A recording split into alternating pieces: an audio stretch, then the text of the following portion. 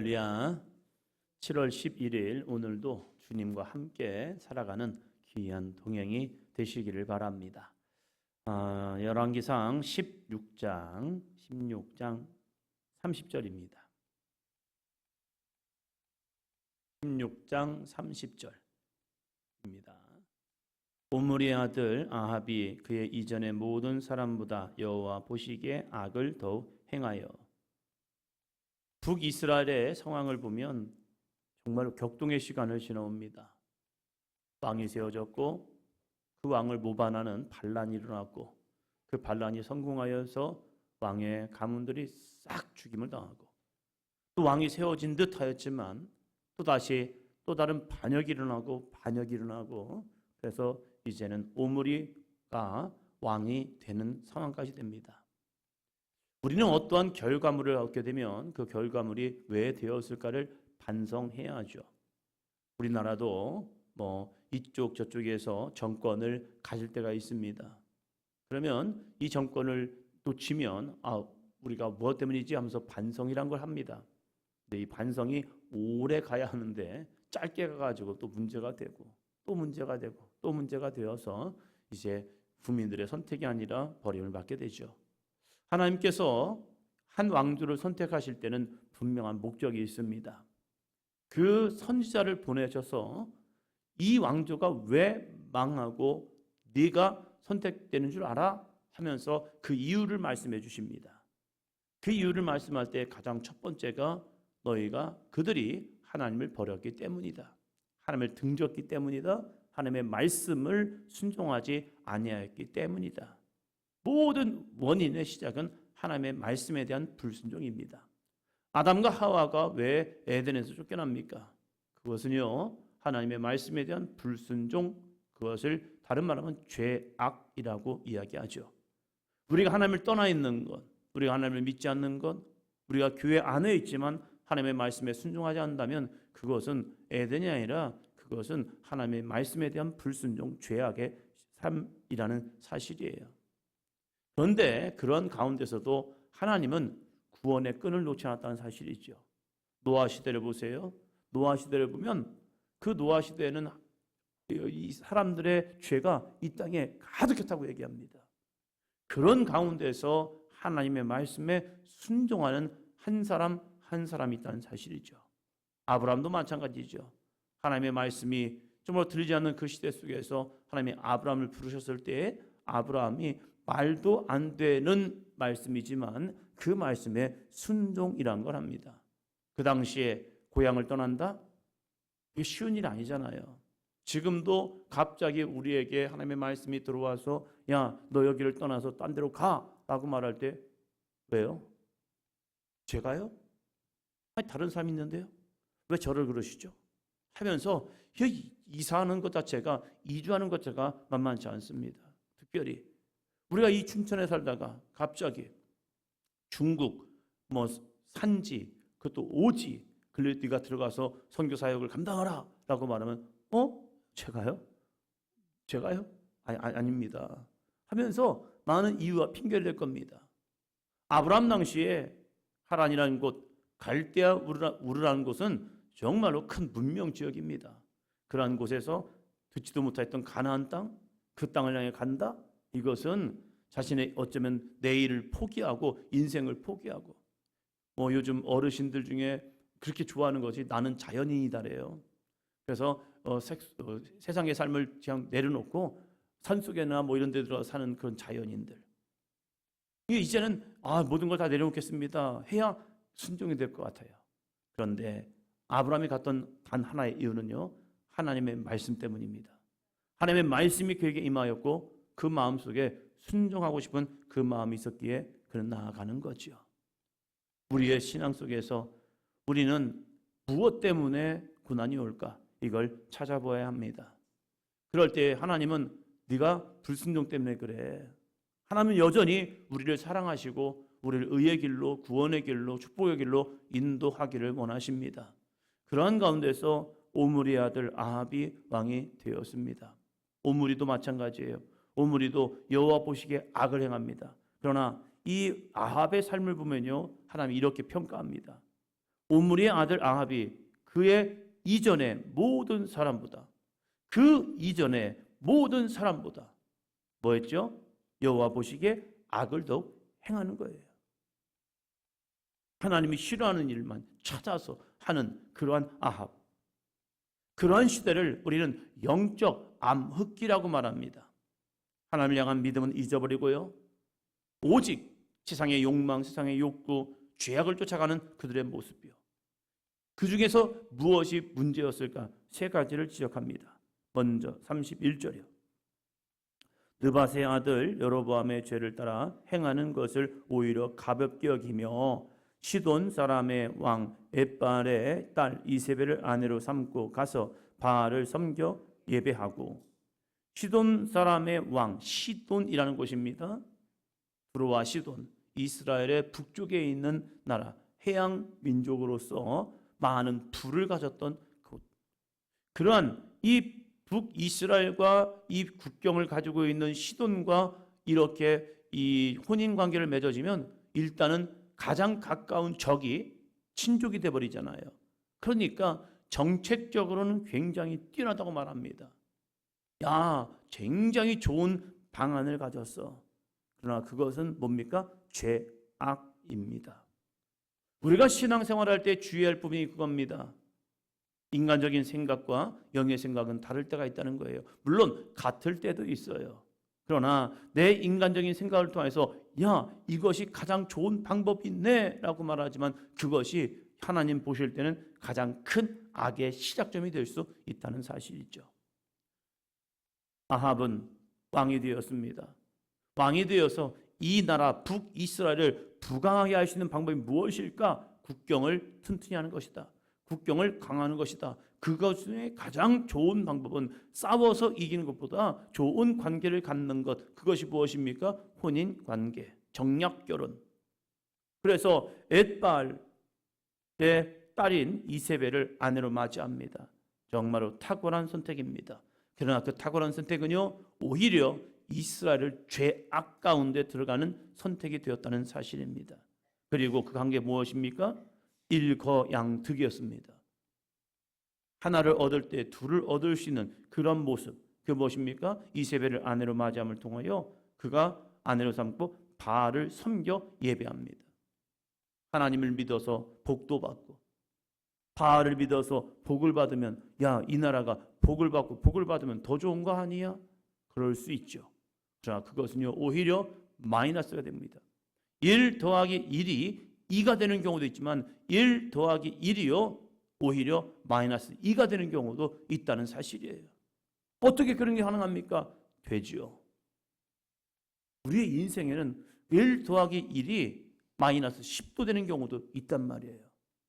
나는 하나를 얻고 하나를 얻으면 더 좋겠지라고 생각했지만 오히려 그것이 내 안에 독이 되어서 내 인생에 마이너스 10이 되고 100이 되고 아예 나를 죽이는 경우도 있다는 사실이에요. 그래서 우리는 알아야 합니다. 때로는 마이너스 1, 마이너스 1이요 만이 되고 100이 되는 경우도 있다는 사실이에요. 그것이 하나님의 말씀에 대한 순종이요. 이 아합 왕은 이렇게 정책을 펴면 좋아지겠지 그랬죠. 32절 볼까요? 사마리아에 건축한 바알의 신전 안에 바알을 위하여 제단을 쌓으며 사마리아의 안에 바알을 위한 제단까지 쌓습니다. 그것이 두 번째 죄악이죠. 우상 숭배하는 것에 앞서서 오히려 바알을 더 열심히 섬기기 위해서 제단을 섬기는 것. 그것은 이스라엘의 죄가 더 크게 만들어 버렸습니다. 또 33절이요. 세 번째. 또 아세라상을 만들었으니 그는 그 이전에 이스라엘의 모든 왕보다 심히 이스라엘 하나님 여호와를 노하게 하였더라. 예, 이스라엘 하나님 여호와를 노하시게 하였더라. 어떻게 하면 통하세요? 아세라 상까지 만들어 버리면서 풍요의 여신을 섬긴다 해서 풍요로움, 그 풍요로움이 풍요로움인가? 결과입니다. 17장 1절이요. 길르앗에 우거하는 자 중에 디셉 사람 엘리야가 아합에게 말하되 내가 섬기는 이스라엘의 하나님 여호와께서 살아계심을 두고 맹세하노니 내 말이 없으면 수년 동안 비도 이슬도 있지 아니하리라 하니라. 하나님의 말씀이 없으면 수년 동안 비도 이슬도 있지 아니하리라. 오히려 아합에게 바알을 섬기고 아세라를 섬기고 이 이방 여인과 결혼하는 그런 과정을 통해서 축복이 아니라 저주가 임할 거다. 내가 아무리 돈을 벌어도 그 돈 버는 게 아니죠. 내가 아무리 많은 걸 쌓은다고 해도 쌓은 게 아니죠. 내 인생에 내가 성공하는 듯하지만 그것은 오히려 성공이 아니라 저주로 가고 있다는 사실이죠. 지금 아합의 삶이 그래요. 그러면 우리는 이 시대는 이제 끝난 거 아니야? 아닙니다. 그 가운데 하나님의 말씀을 듣는 사람이 있습니다. 그리고 그 말씀을 선포하는 자가 있고 살아가는 사람이 있다는 사실이에요. 저는 우리 사도행전 교회가 이러한 삶이 되었으면 좋겠다는 거예요. 내 생각과 다르지만 하나님의 말씀에 순종할 수 있는 믿음의 세대, 그 사람이 저와 여러분이 되기를 축원합니다. 나의 길이 아니라 주님께서 말씀하시면 그 말씀 가운데 순종할 수 있는 믿음이요. 내가 생각한 것과 너무 다른데, 내가 생각한 것과 너무 달라 하면서 하나님 왜 그러세요 나한테 하면서 내 길 가는 것이 아니라 내가 생각한 것과 달라도 우리는 한 가지 믿음이요. 맞답니다. 하나님은 모르십니다. 그렇게 긴 인생은 아니지만 이제 제가 생각할 때는 저 반절을 달려온 것 같습니다. 100살은 살고 싶거든요. 그래서 반절 달려왔는데 그 반절 달려오는 삶 속에서 저의 선택과 하나님의 선택에 있어서 하나님이 저를 강압적으로 인도한 게 참 많아요. 저는 하나님 이쪽입니다 하는데 하나님은 아니다 너 이쪽으로 가라. 아니 하나님 저 이쪽 가고 싶은데요. 근데 하나님이 이쪽으로 인도하신 경우가 있어요. 근데 제가 가고 싶어 간 게 아니라 하나님이 이끄시니까 어쩔 수 없이 끌려가는 것 같은데 제 안의 고백은 한 가지입니다. 하나님이 모르십니다. 말도 안 되는 상황이에요. 이거 있으면 안 되는 거예요. 왜 저를 이곳에 두십니까? 라고 하나님께 기도해 보지만 그래도 마지막 고백은 그거예요. 제가 내일을 모르잖아요. 제가 내일이 어떻게 될지 모르니까 그저 오늘만 바라보면서 하나님 앞에 하나님 이건 아니잖아요 라고 오늘 할 수 있지만 마지막 기도는 하나님이 모르십니다. 저 내일을 잘 모르고 오늘을 이걸 선택하기 위해서 가지만 하나님이 아니시라면 아멘 하겠습니다. 왜요? 하나님이 저보다 저를 더 잘 아시더라고요. 그래서 저를 꼭 필요하기 때문에 인도하시고 역사하시고 또한 이곳에 나를 보내신 이유가 있다. 그 보내심을 통해서 하나님이 하시고자 하는 일을 이루기 원하시는구나. 이것이 바로 누굽니까? 엘리야라는 사실이었죠. 엘리야가 가뭄을 선포했습니다. 가뭄이 진짜 왔어요. 그럴 때에 하나님께서 이렇게 말씀하십니다. 3절이요. 너는 여기서 떠나 동쪽으로 가서 요단 앞 그릿 시냇가에 숨고. 그릿 시냇가 그렇게 큰 물이 아닙니다. 졸졸졸 흐르는 그런 시냇물 같은 곳. 가뭄이 오면요 그 시냇물은 말라버리잖아요. 우리처럼 소양강이라도 가지고 있으면 아무리 가뭄이 와도 우리는 물 걱정은 안 해요. 그런데 졸졸졸 흐르는 시냇물은요 가뭄 오면요 한 열흘 보름만 비 안 와도요 물이 안 흐르는 경우도 있단 말이에요. 그런데 하나님께서 그리 시냇가에 가서 숨으랍니다. 먹는 건 어떻게 할 건데요? 까마귀 와서 너에게 먹을 걸 주겠다는 겁니다. 말이 됩니까 안 됩니까? 안 돼요. 말이 안 돼요. 그런데 이 엘리야는 말이 안 되는데 그냥 합니다. 왜 그러냐면 자신보다 하나님이 더 오르시기 때문입니다. 같습니다. 역시나 물이 말라버렸습니다. 며칠 지나니까 말라버렸어요. 그게 또 뭐예요? 가라면서요. 근데 하나님이 거기에 머물지 않습니다. 두 번째 9절이요. 너는 일어나 시돈에 속한 사르밧으로 가서 거기 머물라. 내가 그곳 과부에게 명령하여 내게 음식을 주게 하였느니라. 아멘. 시돈 어디입니까? 이세벨의 고향이잖아요. 시돈이 어디입니까? 엣바알에 퉁치고 있는 곳. 이방 땅입니다. 바알과 아세라 우상 숭배가 가장 심한 곳이 어디입니까? 시돈이에요. 그 중에 사르밧이라는 그 동네가 있는 거죠. 그 사르밧에 가는데 그것도 희한한 말씀하세요. 그곳 과부에게 명령하여 내게 음식을 주게 하였느니라. 그 당시에도 과부는 고아, 과부 이 사람들은 가난한 사람들의 대표적인 대명사인 거예요. 가난한 자에 가서 너를 먹일 거야. 이렇게 말씀하시는 거예요. 말이 돼요, 안 돼요? 안 된다니까요, 지금. 하나님은 이성적인 생각과 경험으로는 이해가 안 되는 거예요. 하나님 왜 그런 데를 보십니까, 나를? 좀 부한 곳, 좋은 환경, 그리고 하나님 믿는 곳. 그래야 자기가 가서 나 하나님의 사람인데 나 좀 이 가뭄의 시간 동안 좀 신세 좀 집시다 할 때 그래요, 들어오세요. 제가 믿음이 좋은 사람인데 당신을 좀 봉양하겠습니다. 이렇게 돼야 하잖아요. 그런데 믿음도 없는 땅, 믿음도 없는 사람, 그리고 먹을 것도 없는 가난한 과부, 3대 악조건이잖아요. 정말 하나님 하실까? 이런 고민을 할 수밖에 없는 상황을 만들어 놓으신 거예요. 그런데 이 엘리야는요, 너무 대단한 것이 말도 안 되는 말들인데 엘리야는 그냥 순종이란 걸 합니다. 아멘. 우리의 신앙이 내 고집 부리고 가면 내 고집에 의해서 힘들어지고 어려워지고 망합니다. 그러나 내 고집이 아니라 하기 싫어도 아닌 것 같아도 가기 싫어도 아멘 하면서 내 삶을 하나님의 말씀에 쳐서 복종케 하는 것, 이것이 신앙이거든요. 왜 이러시지 하나님? 아닙니다. 한번 더 합니다. 하나님은 늘 모르십니다. 가서 이 여인을 만났습니다. 만났는데 행색이 초라합니다. 딱 보면 알잖아요. 귀티가 나는지 초라해 보이는지 딱 보면 알아요. 딱 보면 알아요. 엘리야가 가서 딱 보니까 처량해 보여요. 그런데 말을 해야 합니다. 어떻게 말해야 합니까? 13절이요. 엘리야가 그에게 이르되 두려워하지 말고 가서 내 말대로 하려니와 먼저 그것으로 나를 위하여 작은 떡 1개를 만들어 내게로 가져오고 그 후에 너와 내 아들을 위하여 만들라. 이 말하기가 정말 어려울 겁니다. 자기의 아들과 마지막으로 떡 만들어서 먹고 죽으려고 합니다. 죽으려고 해요. 여러분, 굶어 주는 것보다 그냥 주는 게 편합니다. 굶어 죽으면 시간의 기약이 없습니다. 그 시간을 버틴다는 게 더 어려운 겁니다. 그러면 어떻게 합니까? 죽어버려야 합니다. 그래야 고통의 시간이 짧아지는 겁니다.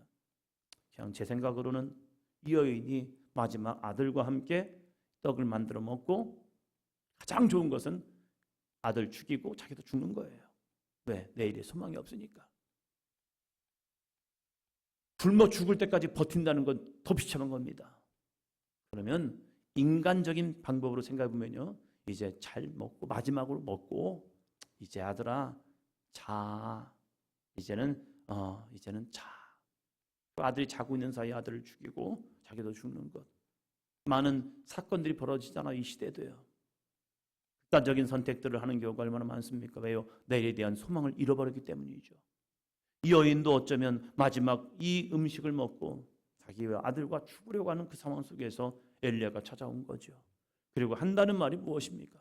그 마지막 만찬마저도, 그 마지막 자그마한 이 음식마저도 엘리야가 뺏어먹겠다는 겁니다. 이게 말이 됩니까? 엘리야도 그래요. 이 여인의 상황을 보니까 이제는 죽겠다라는 마음이 들잖아요. 그런데 그것을 뺏어먹겠다는 겁니다. 달라고 해야 합니까? 아니면 그냥 놔둬야 합니까? 그런데 엘리야는 달라고 합니다. 이게 하나님의 법칙이기도 하더라고요. 하나님은 어쩌면 내가 마지막 먹고 죽어야 할 이 음식을 하나님은 드리라고 말합니다. 내가 정말로 써야 할 이 돈을 하나님께 드리라고 말합니다. 내가 해야 할 이 마지막 힘을 하나님께 드리라고 말합니다. 그럼 나 힘 빠져서 없는데요. 나 너무 피곤해서 죽겠는데요. 아니, 그때 네 걸 바쳐봐. 그럼 나 죽으라고요? 이런 사람도 있죠. 그럼 나 빈털털이에요. 하나님, 나 그러면 정말로 없어요. 그럼 나 내일 어떻게 할 건데요? 먹을 것도 없단 말이에요. 어떻게 할 건데요? 하나님 드려봐. 그때 놀라운 역사가 이루어진다는 사실입니다. 드렸더니요, 이렇게 됩니다. 16절이요. 여호와께서 엘리야를 통하여 하신 말씀 같이 통에 가루가 떨어지지 아니하고 병에 기름이 없어지지 아니하니라. 아멘. 이 놀라운 은혜, 그것은 처음부터 주어진 게 아니에요. 말씀에 순종하니 되어졌습니다. 엘리야가 말씀에 순종하여 갔더니 사라밧 가부를 만났고 그를 통하여 가뭄이 끝날까지 이 봉양받는 은혜를 경험하였고, 이 여인도 하나님의 말씀, 그 말씀에 순종하여 나갔을 때에 놀라운 역사, 통에 가루가 떨어지지 아니하고 그 병에 기름이 없어지지 아니하리라. 하나님께서 약속의 말씀을 주시고 그 약속의 말씀을 따라왔을 때 여기까지 달려왔습니다. 보이는 것은 없었어요. 말씀은 있지만 보여진 것은 이게 뭘까?